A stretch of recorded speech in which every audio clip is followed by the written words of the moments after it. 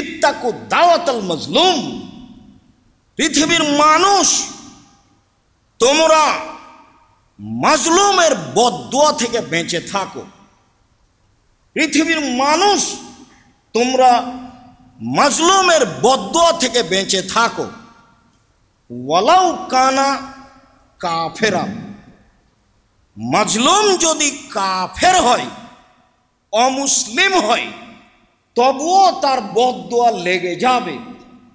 ইন্না লাইসা বাইনাহু হিজাব, একজন কাফের, একজন অমুসলিমের বদদুয়ার মাঝে আর আল্লাহর মাঝে কোনো অন্তরাল নেই।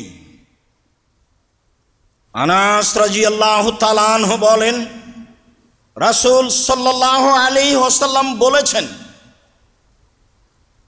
পৃথিবীর মানুষ তোমরা বেঁচে থাকো মাজলুমের বদদুয়া হতে। ইত্তাকু দাওয়াতাল মাজলুম ওয়ালাউ কানা ফাজিরান ফাইন্না ফুজুরাহু আলা নাফসিহি, মানুষ যদি পাপী হয়, মানুষ যদি গুনাহগার হয়, মানুষ যদি অশ্লীল কাজে জড়িয়ে থাকে, সে ফাজের হয়, এর পরেও যদি ও মাজলুম হয়, তাহলে মাজলুমের দোয়া কবুল হয়ে যাবে। তোমরা তার থেকে বেঁচে থাকো। মাজলুম যদি কাফের হয়, মাজলুম যদি ফাজের হয়, মাজলুম যদি পাপাচার হয়, মাজলুম যদি অমুসলিম হিন্দু হয়, তবুও তার বদদুয়া আল্লাহর নিকটে গ্রহণ হবে, জালেমের রক্ষা হবে না। এই কথা রাসূল সাল্লাল্লাহু আলাইহি সাল্লাম বললেন। আবু হুরায়রা রাদিয়াল্লাহু তাআলা আনহু বলেন, রাসূল সাল্লাল্লাহু আলাইহি ওয়াসাল্লাম বলেছেন, সালাসু দাওয়াতিন লা শাক্কা ফি ইজাবাতিহিন্না, তিন শ্রেণীর দোয়া কবুল হবেই। তিন শ্রেণীর মানুষের দোয়া কবুল হবেই। তিন শ্রেণীর মানুষের দোয়া কবুল হবেই। তার এক শ্রেণীর মানুষ হচ্ছে দাওয়াতুল মাজলুম, মাজলুমের বদদুয়া জালেমের উপর। মাজলুমের বদদুয়া জালেমের উপরে কবুল হবেই। এই কথা রাসূল সাল্লাল্লাহু আলাইহি সাল্লাম বলেন। তিনি বলেন, ও দাওয়াতুল মুসাফির, যারা সফরে থাকে, সফরে থাকাকালীন যদি নিজের জন্য, আহাল পরিবারের জন্য, কারো জন্য দোয়া করে, তাহলে সেই দোয়া কবুল হবেই। ও দাওয়াতুল ওয়ালিদা আলাল ওয়ালাদে, আর পিতামাতার বদদুয়া ছেলে মেয়ের উপরে, কখনো ছেলে মেয়ের উপরে বদদুয়া করা হবে না। তাই রাসূল সাল্লাল্লাহু আলাইহি সাল্লাম বলেছেন, লা তাদু আলা আনফুসিকুম ওয়ালা আওলাদিকুম ওয়ালা আমওয়ালিকুম, পৃথিবীর মানুষ তোমরা নিজের জন্য বদদুয়া করো না। পৃথিবীর মানুষ তোমরা নিজের অর্থ সম্পদের জন্য বদদুয়া করো না। পৃথিবীর মানুষ তোমরা ছেলে মেয়ের জন্য বদদুয়া করো না। তবে ছেলে মেয়ের জন্য বাপ মায়ের নেক ভালো দোয়াও কবুল হবে, বদদুয়াও কবুল হবে। তবে বদদুয়া যত দ্রুত কবুল হবে, নেকির দোয়া দেরি হতে পারে। বদদুয়া কবুল হবেই, মাজলুমের বদদুয়া কবুল হবেই। ফাসেক হলেও, ফাজের হলেও, কাফের হলেও, অমুসলিম হলেও, সম্মানিত দিনী ভাই বোন, বেঁচে থাকবেন বদদুয়া হতে। আনাস রাদিয়াল্লাহু তাআলা আনহু বলেন, রাসূল সাল্লাল্লাহু আলাইহি ওয়াসাল্লাম বলেছেন, পৃথিবীর মানুষ উনসুর আখাকা যালিমান মাজলুমান, তুমি তোমার ভাইকে সাহায্য করো, জালেম হলেও মাজলুম হলেও।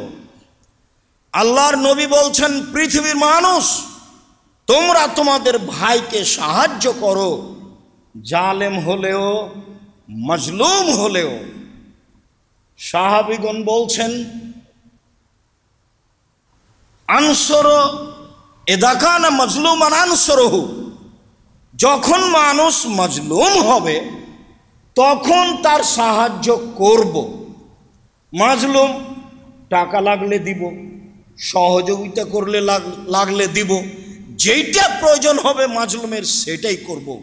কিন্তু কাইফা আনসুরু জালেমান, জালেমের কিভাবে সাহায্য করব এটা কেমনে হয়, জালেমের সাহায্য কিভাবে করতে পারি?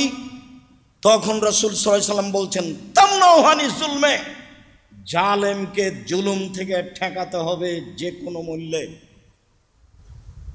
জালেমকে জুলুম থেকে ঠেকাতে হবে যে কোনো মূল্যে।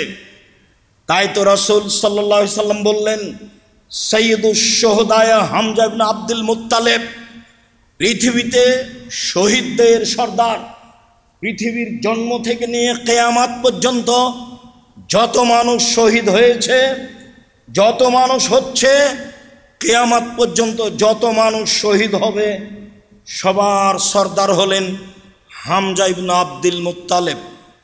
এই কথা বলার পরে আল্লাহ রসুল বললেন, ও রাজুলুন কামা আলা ইমামিন জায়ের ফামারাহু ওয়া নাহাহু ফাকাতালাহু, ওই ব্যক্তিও হামজার মতো শহীদ, যে ব্যক্তি স্বৈরাচারী, স্বেচ্ছাচারী, বদমেজাজি, বিদ্বেষী, রক্তপিপাসু মানুষের পাশে দাঁড়ালো, তাকে ভালো কাজের আদেশ করলো, মন্দ থেকে নিষেধ করলো, সে রাগান্বিত হয়ে তাকে হত্যা করলো, এই ব্যক্তিও হামজার সাথে থাকবে। এ কথা মুহাম্মদ সাল্লাল্লাহু আলাইহি সাল্লাম বলেন। স্বৈরাচারীর পাশে দাঁড়িয়ে কথা বলা খুব কঠিন, অনেক সাহসের প্রয়োজন। বেঁচে থাকবো না মারা যাব এই সিদ্ধান্ত নিয়েই দাঁড়ানো যায়, তাছাড়া যায় না। অত্র হাদিসে এটাই প্রমাণ হয়। তিনি বললেন, সাইয়্যিদুশ শুহাদা হামজা ইবনে আব্দুল মুত্তালিব, পৃথিবীর শহীদদের সর্দার হামজা ইবনে আব্দুল মুত্তালিব, সেই ব্যক্তিও হামজার সাথে, যে ব্যক্তি স্বৈরাচারী শাসকের পাশে দাঁড়ালো, তাকে ভালো কাজের আদেশ করলো, মন্দ কাজের নিষেধ করলো, ক্ষিপ্ত হয়ে স্বৈরাচারী শাসক তাকে হত্যা করলো, এই ব্যক্তিও হামজার সাথে সম্মানে থাকবে। এই কথা মুহাম্মদ সাল্লাল্লাহু আলাইহি সাল্লাম বলেন। সম্মানিত দিনী ভাই বোন, যারা আমাদের সামনে মসজিদে আছেন, অনলাইনে পৃথিবীর বিভিন্ন প্রান্ত থেকে অবগত হচ্ছেন, সময়ের গতিতে হবেন, আমি তাদেরকে আজকের বক্তব্যটি আন্তরিকভাবে মনোযোগ সহকারে দেখার জন্য অনুরোধ জানাচ্ছি, জানা বুঝা আমল করার জন্য অনুরোধ জানাচ্ছি। যারা স্বৈরাচারী শাসক, যারা স্বৈরাচারী জনগণ, তারা অত্যাচার করে কেউ সফল হতে পারেনি, সময়ের গতিতে ধ্বংস হয়েছে। আজকে আমরা তার নমুনা সংক্ষিপ্ত হলেও পেশ করব ইনশাআল্লাহ। অতএব বিষয়টি বুঝে আমল করার চেষ্টা করবেন, আশাবাদী। আল্লাহ তুমি কবুল করো, আল্লাহুম্মা আমিন।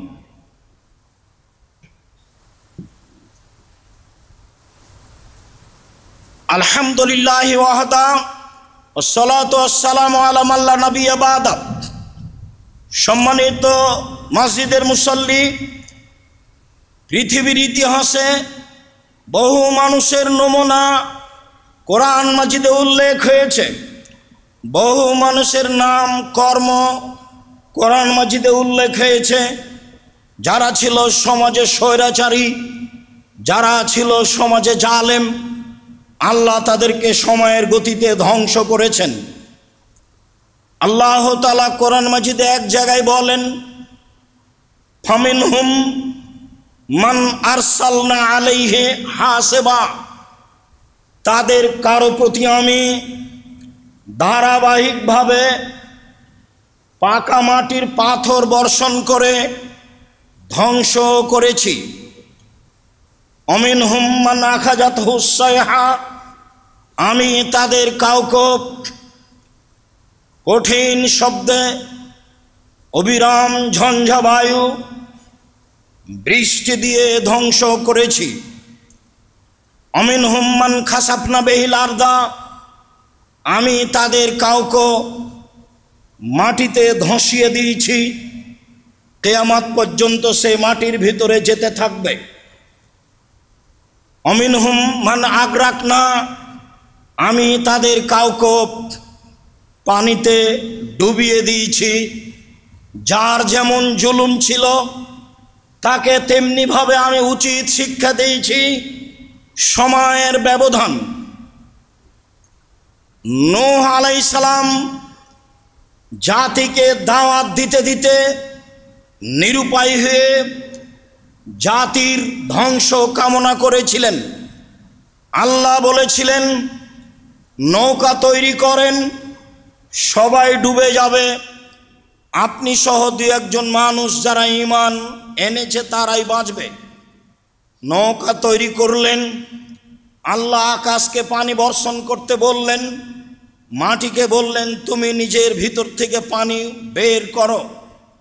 চুলা মাটি নিজের ভিতর থেকে ফোয়ারার মতো পানি বের করতে লাগলো। আকাশ থেকে অবিরাম বর্ষণ হতে লাগলো। মাঠ ঘাট সব কিছু ভর্তি হয়ে গেল। এক পর্যায়ে নূহ আলাইহিস সালাম ছেলেকে বললেন, বুনাইয়া ইরকাব মানা, হে আমার আদরের ছেলে, তুমি অন্যায় করো এ কথাই ঠিক, তবুও তুমি আমার সাথে নৌকায় উঠো। কালা সে বলল, সাবি এলা জাবালিন ইয়াসমুনি, এই যে আমি পাহাড়ে আশ্রয় নিব, পাহাড় আমাকে আশ্রয় দিবে। 20 তলা বিল্ডিং এর সমান উঁচু পাহাড়, সব ডুবে গেলে কি এমন উঁচু পাহাড় ডুববে? নূহ আলাইহিস সালাম বললেন, লা আসমাল ইয়াউমা মিন আমরিল্লাহ, আমার ছেলে তুমি মনে রেখো, আজ আল্লাহর গজব থেকে পৃথিবীর কোনো মানুষ রক্ষা পাবে না। আজ আল্লাহর গজব থেকে পৃথিবীর কোনো মানুষ রক্ষা পাবে না, সবাকেই ধ্বংস হতে হবে। তিনি সেই সময়ে বলেছিলেন, ইরকাবু ফিহা বিসমিল্লাহি মাজরিহা আমরসাহা ইন্না রাব্বি লাগাফুরুর রাহিম। আল্লাহর নামে নৌকায় উঠলেন। তিনি বললেন, এই নৌকার চলা, এই নৌকার থেমে যাওয়া আল্লাহর আদেশেই হবে। নিশ্চয় আমার প্রতিপালক বড় দয়াশীল, বড় ক্ষমাশীল। এই কথা বলে তিনি তার অধীনস্থ জনগণকে নৌকায় উঠতে বললেন। বাকি যারা থাকলো সবাই পানিতে ডুবে ধ্বংস হলো। সেই দিন কারো রক্ষা হয়নি। লূত আলাইহিস সালামের সম্প্রদায় অন্যায় করত, জুলুম করত। তাদের ছিল সবচেয়ে নোংরা ন্যাক্কারজনক আচরণ। তারা পুরুষের সাথে পুরুষে মিলন করত। আরও জুলুম ছিল, যা আল্লাহর কাছে বড় অসন্তুষ্টির মাধ্যম ছিল।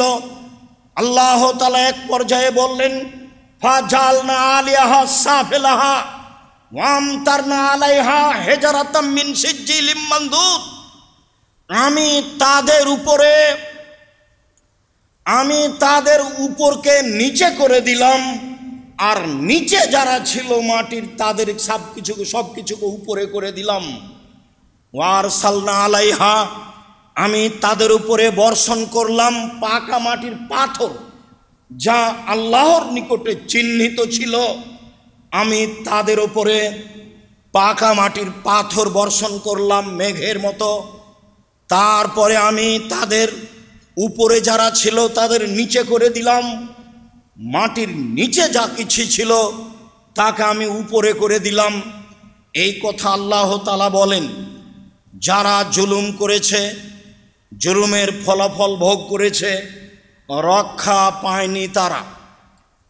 আদ জুলুম করেছে, সামুদ সম্প্রদায় জুলুম করেছে। এদের ক্ষমতাকে হিসাব করে আল্লাহ তাআলা বলেন, আল্লাতী লাম ইখলাক মিসলুহা ফিল বিলাদ ওয়া সামুদাল্লাযীনা যাবুস সাখরা বিল ওয়াদ। এরাই আদ, এরাই সামুদ, যারা এত শক্তিশালী ছিল, এদের উঁচুতা এত লম্বা ছিল, এদের প্রশস্ত গায়ের এত বেশি ছিল, এত শক্তিশালী ক্ষমতাধর মানুষ আমি পৃথিবীর কোনো দেশে সৃষ্টি করিনি। লাম ইখলাক মিসলুহা ফিল বেলাদ। তাদের মতো শক্তিশালী জাতি আমি পৃথিবীতে কখনো কোথাও সৃষ্টি করিনি। সামুদাল্লাযীনা জাবু সাকরা বিল ওয়াদ। তারা বিশাল বিশাল উঁচু পাহাড় পাথর কেটে ঘর নির্মাণ করে বসবাস করত। তারা ছিল শক্তিশালী সম্প্রদায়। ফাআম্মা সামুদ ফাউহলিকু বিত্তাগিয়া। আমি সামুদ সম্প্রদায়কে ধ্বংস করেছি ভূমিকম্প দিয়ে।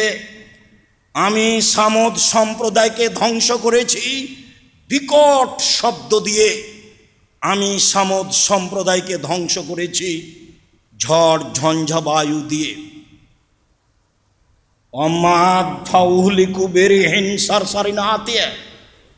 আর আদ সম্প্রদায়কে আমি ধ্বংস করেছি বিকট শব্দে পরিপূর্ণ, বেশি থেকে বেশি অতীব ঠান্ডা বাতাস দিয়ে। বিদ্বানগণ বলেন পানি বর্ষণ হয় ফেরেশতাদের আয়াত্তে। নূহ আলাইহিস সালামকে ধ্বংস করার জন্য যে পানি বর্ষণ হয়েছিল তা ছিল ফেরেশতাদের আয়াত্তের বাহিরে, তা ছিল আল্লাহর আদেশে। বাতাস প্রবাহিত হয় ফেরেশতাদের আদেশে।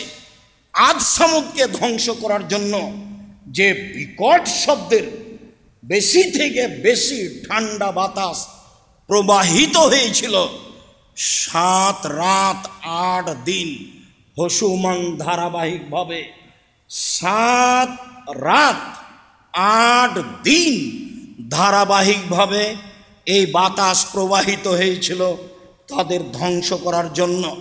ছিল না মানুষজন, ছিল না বাড়িঘর, ছিল না গাছপালা, সব কেটে একাকার হয়ে গেছিল, সব ধ্বংস হয়ে গেছিল। আল্লাহ তাআলা তাদের এ কথা বলেন তাদের ব্যাপারে। তিনি বলেন ফাদামদামা আলাইহিম রব্বুহুম বিদামবিহিম ফাসাওয়াহা। ওদের উপরে আসলো এমন অন্ধকার ঝড় বৃষ্টি যা দেখা যায় না, আঙ্গুল চোখের সামনে রাখলেও দেখা যায় না, এমন অন্ধকার ঝড় বৃষ্টি এসেছিল। আয়েশা রাদিয়াল্লাহু তাআলা আনহা বলেন আল্লাহর নবী যখনই আকাশে মেঘ উঠে ফাতাখায়ালাতিস সামা, আকাশ মেঘাচ্ছন্ন হলেই তাগাইয়ারা ওয়াজহু, তার মুখখান পরিবর্তন হয়ে যেত। খারা যাও দাখালা, খারা যাও দাখালা, আদবারাও আকবালা। ভিতরে ঢুকেন বাইরে আসেন, ভিতরে ঢুকেন বাইরে আসেন, সামনে বাড়েন পিছনে হটেন, সামনে বাড়েন পিছনে হটেন। আমি বললাম আল্লাহর নবী আকাশে বৃষ্টি উঠলে মেঘ হলে মানুষ খুশি হয়, আর আকাশে মেঘ উঠলে আপনার মুখখান বিবর্ণ হয় কেন? আয়েশা রাদিয়াল্লাহু তাআলার উত্তরে আল্লাহর নবী বললেন আয়েশা, যখন আমি আকাশে মেঘ দেখি তখন আমার অন্তরটা কেঁপে উঠে। আমি জানি না এটা মেঘ না গজব। ওরাও বলেছিল এই তো বৃষ্টি দেখতে পাচ্ছি, ফর্ম 13 না, আমাদের এখন বৃষ্টি হবে। আসলে তা বৃষ্টি ছিল না, তা ছিল গজব। আমিও দেখছি বৃষ্টি, আমি জানি না এটা গজব না বৃষ্টি। সেই জন্য আমি আতঙ্কে আল্লাহকে বলছি আল্লাহুম্মা ইন্নী আসআলুকা খায়রাহা ওয়া খায়রা মা ফিহা ওয়া খায়রা মা উরসিলাত বিহি। আল্লাহ এই বৃষ্টির কল্যাণ দাও, এই বৃষ্টিতে যে কল্যাণ আছে সেটা দাও, এই বৃষ্টিকে যে কল্যাণ দিয়ে পাঠানো হয়েছে সেইটা তুমি আমাকে দাও। আউযু বিকা মিন শাররিহা ওয়া শাররি মা ফিহা ওয়া শাররি মা উরসিলাত বিহি। এই বৃষ্টিতে যে ক্ষতি রয়েছে, ধ্বংসাত্মক ব্যবস্থাপনা রয়েছে, সেটা থেকে বাঁচাও। এইটাকে যদি কোনো ধ্বংসের জন্য পাঠানো হয়ে থাকে কোনো কিছুকে, তাহলে সেটা থাকাও বাঁচাও। আল্লাহর নবী কথা বলতেন।